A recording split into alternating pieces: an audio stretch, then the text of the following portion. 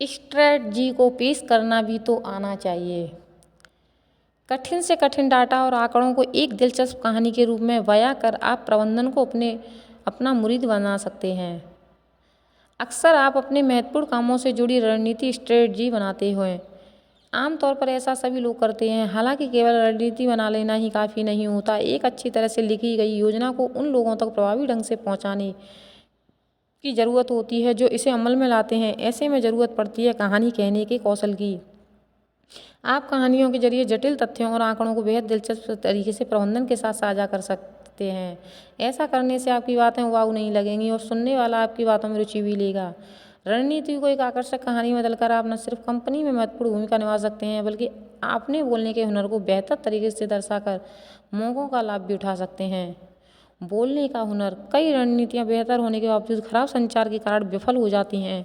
कोई भी रणनीति अच्छी होने के साथ ऐसी होनी चाहिए जो सहजता से समझ में भी आए। ऐसा तभी संभव है जब आप में उसे मौखिक रूप से बयां करने की कला है। वो रणनीतियों को कहानी के जरिए कहने से उसकी योजना और कार्यान्वयन के बीच की खाई को पाटना आसान हो जाता है। सहजता और सरलता। किसी भी बात को कहानी के रूप में प्रस्तुत करना संचार कौशल का सबसे बेहतरीन उपकरण है। यह केवल आपकी रणनीति और विचारों को प्रस्तुत करने का एक जरिया मात्र नहीं है बल्कि इससे आप सामने वाले से गहराई से जुड़कर उन्हें अपना मुरीद बना सकते हैं। एक कहानी केवल इस बारे में नहीं होती कि क्या कहा गया है बल्कि इससे भी जुड़ी है कि यह सुनने वाले को कैसे और कितना प्रभावित करती है। इसके लिए बेहद ज़रूरी है आपकी रणनीति कहानी सहज और सरल हो।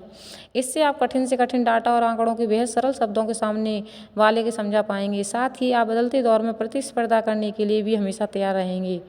हो खास रणनीति की कहानी बदलने के लिए भी एक खास रणनीति की ज़रूरत होती है। अपनी रणनीति को कहानी का स्वरूप देने के लिए कंपनी की गतिविधियाँ, कंपनी की संपत्ति, तथ्यात्मक जानकारी, आंकड़े, अन्य लोगों का व्यवहार और उनका स्थान आदि के बारे में भी जानना भी जरूरी होता है। 5W2H विधि। आप 5W2H विधि के आधार पर कौन, क्या, कहाँ, कब, क्यों, कैसे और कितना जैसे सवाल कंपनी और प्रतिस्पर्धियों दोनों पर लागू करके अपनी रणनीतिक सोच का दायरा बढ़ा सकते हैं। इससे किसी भी रणनीति में शामिल विचारों का एक सही क्रम होना चाहिए। इससे कहानी को जीवंत और यादगार बनाने में मदद मिलती है।